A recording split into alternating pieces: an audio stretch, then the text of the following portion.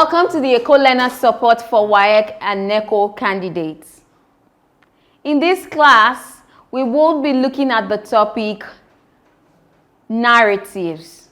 How do we write a compelling narrative? The introduction, the body, and the conclusion. At the end of today's class, you should be able to tell what narratives are. You should be able to explain how they are written at the introduction, the body, and the conclusion. And you also should be able to put pen on paper actually to write or respond to a narrative question. What are narratives?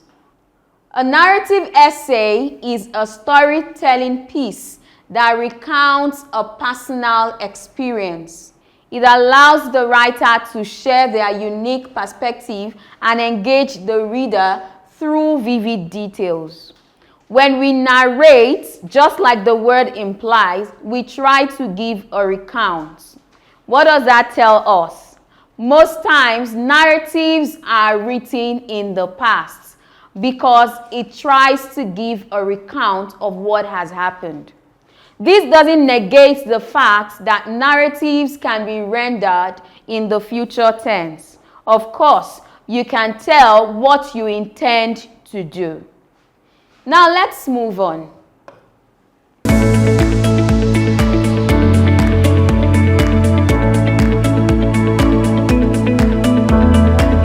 Eko Learners Support, a support program of the Lagos State Ministry of Basic and Secondary Education for WAEC and NECO candidates. At the introductory paragraph, you are expected to grab your reader's attention. Your word usage and how you put your words together would determine if you will be able to sustain the interest of your reader. Remember, have you ever read a book before, and after reading a page or two of the book, you just felt like dropping the book? Why? Because the introduction or the beginning of the story isn't captivating enough. That is what happens when your introductory paragraph isn't compelling. Now, to write a captivating introductory paragraph, you must use a lot of techniques. We will be looking at them shortly. So grab the attention of your reader with a captivating hook and provide background information to set the stage for your story. Remember, that is the starting point, and you want to leave a good impression in the minds of your reader. The body paragraph. Here, you are to develop the narrative by describing events, characters, and sensory details that brings the story to life. You want to tell us about your characters, the specific role they will play in the entire narrative, and how they will act out their role, or how their role comes up in different paragraphs of your writing. At the concluding paragraph, here you are expected to wrap up the essay by reflecting on the significance of the experience and leaving the reader with a lasting impression. So when you're writing at the end of your essay, you have something like, had I known, I would not have done something. That is an example of a reflection. Let's move on. To organize your narrative essay, number one, brainstorm. What is a beautiful building without an architectural design? Yes, you see a building built today, and in a couple of months or days, it collapses or it's pulled down. Why? There is no proper planning. The same thing happens when you begin to write without planning. So you have to brainstorm. What do I want to write about?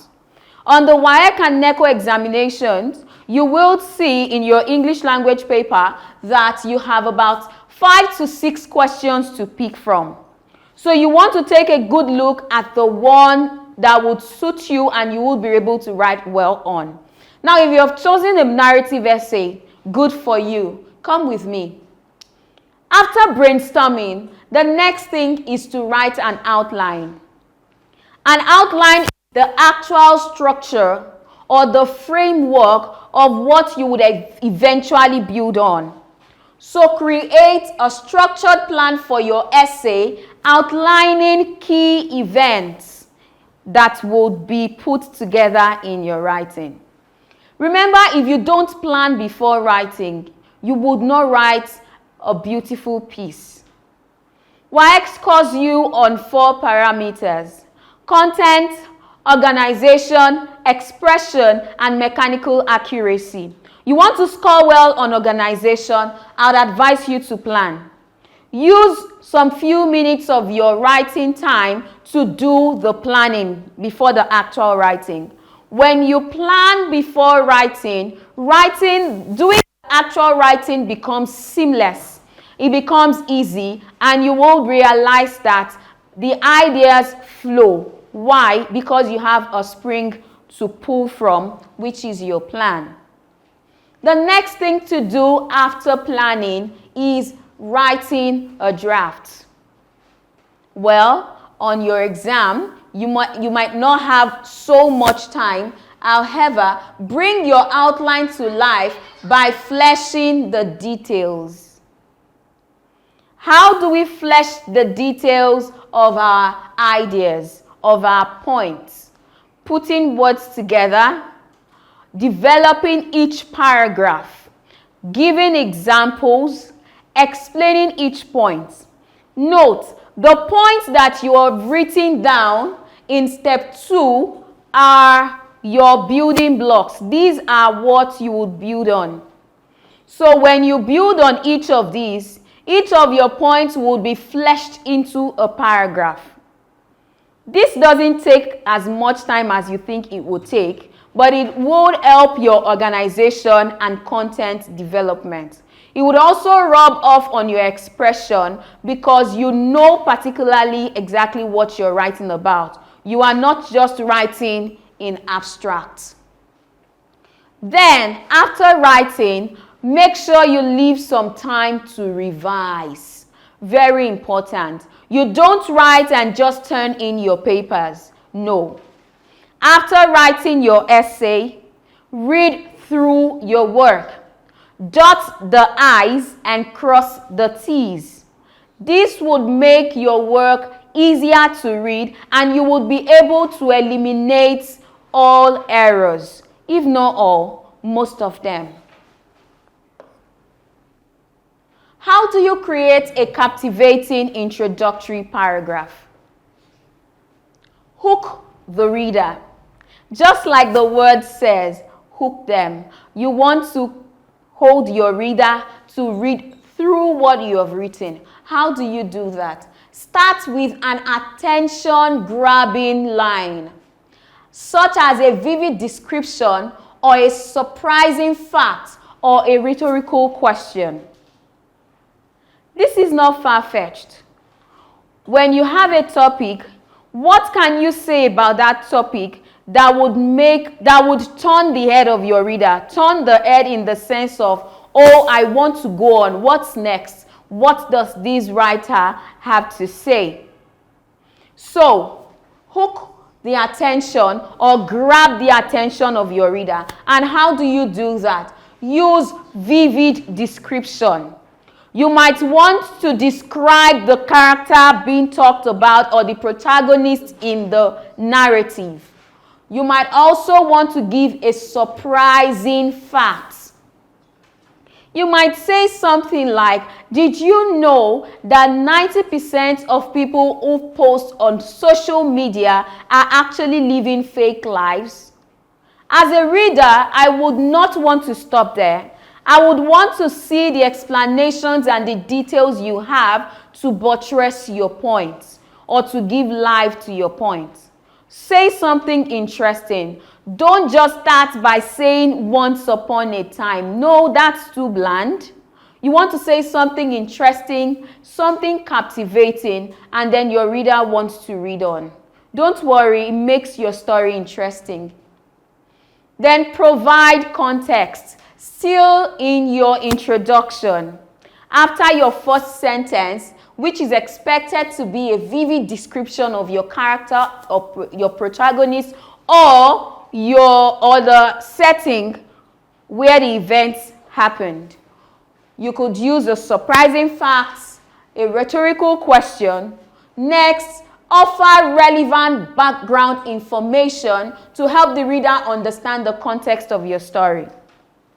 You want to give extra explanation. For example, I talked about fake life and all as my first sentence, giving a statistical figure, okay? You want to go on to give a context for it.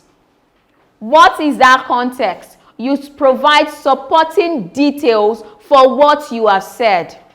Create context for what you have said in your first sentence. Then, introduce the protagonist if you have not done so. Give the reader a glimpse into the main character's personality, goals, and struggles. Who is this person you want to revolve your story around? Can you shed more light on that character? All of these should come in the introductory paragraph. With an introductory paragraph written like this, your story would come out interesting. It shows you know what you are writing about and you understand the question. Of course, doing this, you would score well, or you should score well on your content. Why? Because your content actually answers the question. So much for introduction. Let's look at the body. How do you develop an engaging body paragraph?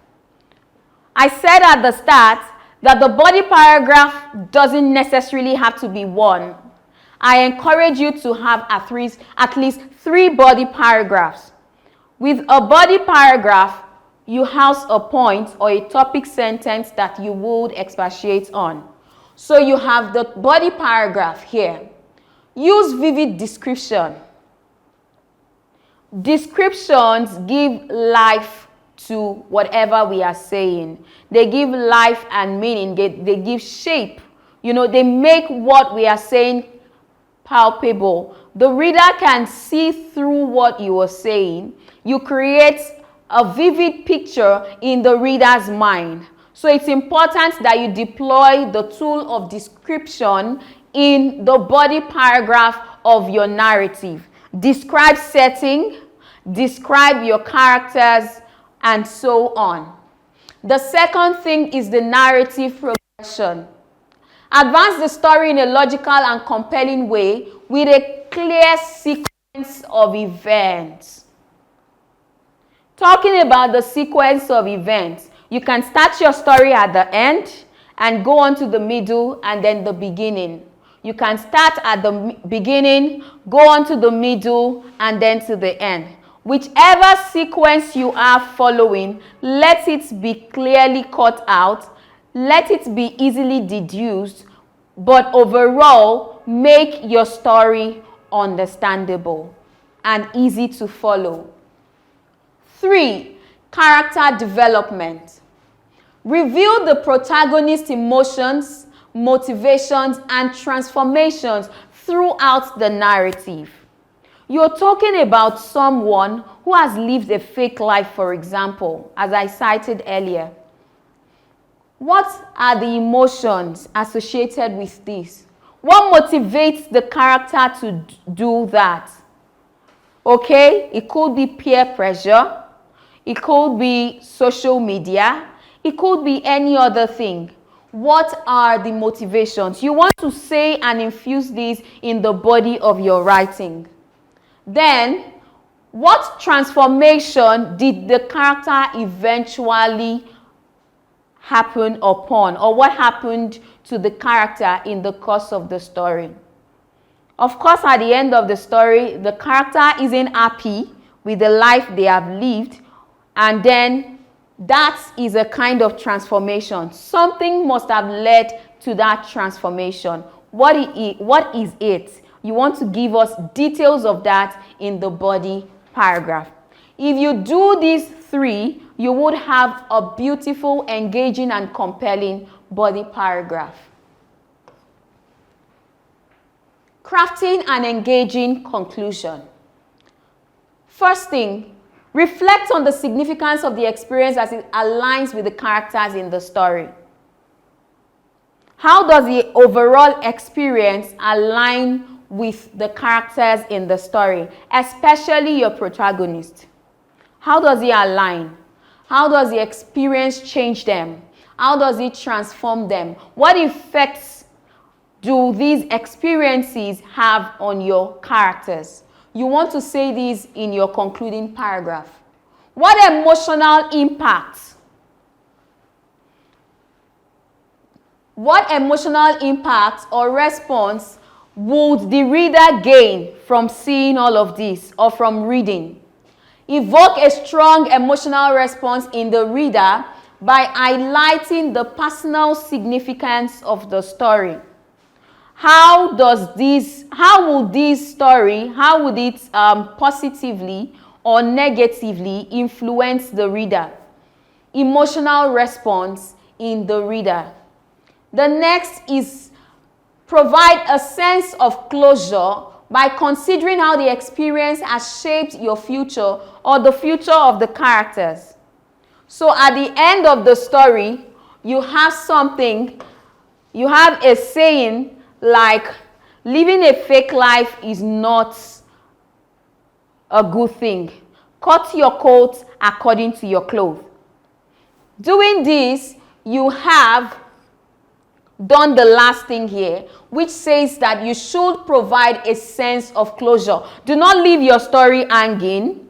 Make sure you close it using captivating expressions or something interesting. After you have written, don't submit yet. Revise and edit. You might come across some mistakes, some errors. You want to cross the T's and dot the I's. Go through what you have written.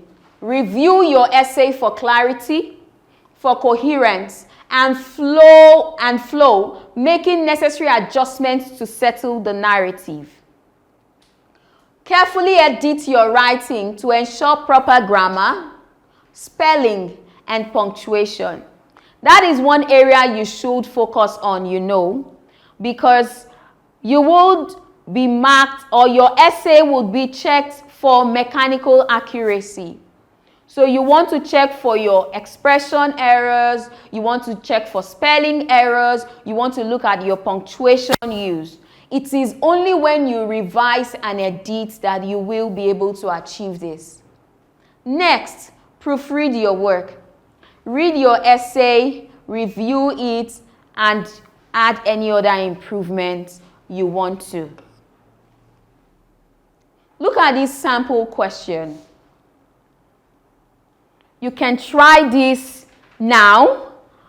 I would advise you do it now. It says, tell a story that ends with the advice, cut your coat according to your clothes.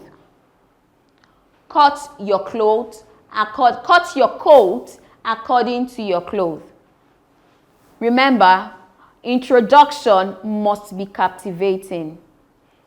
But before you start, you want to brainstorm. Cut your coat according to your clothes. What does this mean?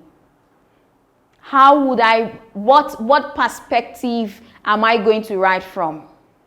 My essay, yours will definitely not be the same thing because we would be thinking from divergent perspectives. So you want to sit down and brainstorm before you put pen to paper. Have you brainstormed? The next thing you should do is to plan. Write out those points you would use to explain this particular quote. What would your storyline look like?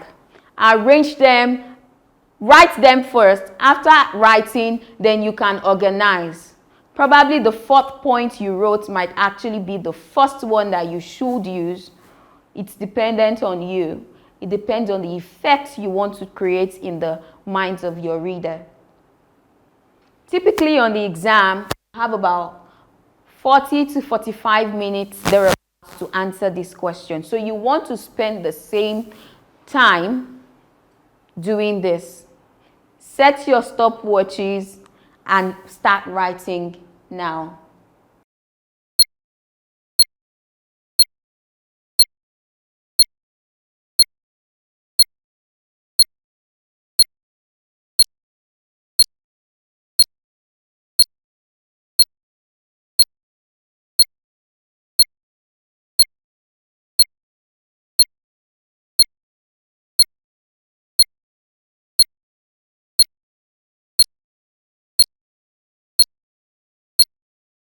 For feedbacks, questions, and comments, please visit the social media handles displayed on the screen.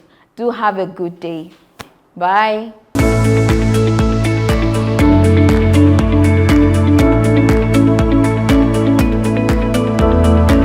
Eko Learners Support, a support program of the Lagos State Ministry of Basic and Secondary Education for WAEC and NECO candidates.